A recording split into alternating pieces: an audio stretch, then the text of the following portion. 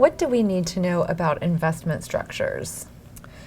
So there are a lot of investment structures, and I think it's important out of the gate to note that not every hedge fund in the world is like hiding out in some offshore haven with a bunch of lawyers like cooking it up as the most advantageous way possible.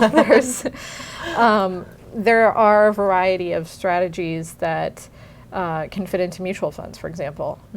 And so, they're probably going to be available the same way as your Vanguard fund is available. And they're probably going to be housed in Scottsdale, Arizona.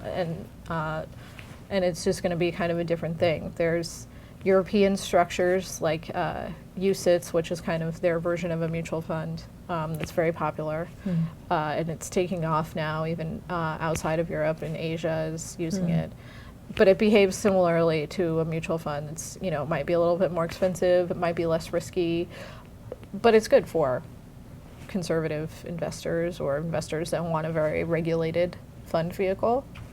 And then there are your more classical hedge funds, which now are pretty heavily regulated, I think, across the board. I think it'd be hard to find a jurisdiction where they aren't. And those funds just behave slightly differently. They don't have the position requirements that you see in the mutual fund structure. So you might see more style drift out of your manager over time if his edge starts to erode or market conditions change. But it doesn't mean that it's inherently good or bad.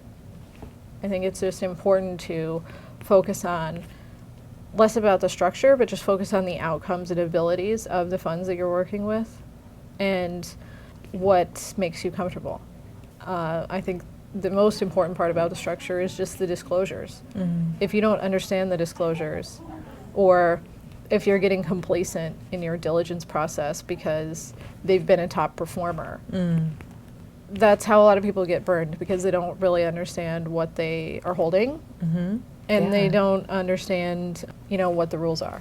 Right. So it's more, on the diligence side, worthwhile to just be clear about what everything's going to cost and be clear about what's in the portfolio, in addition to just looking at that performance number.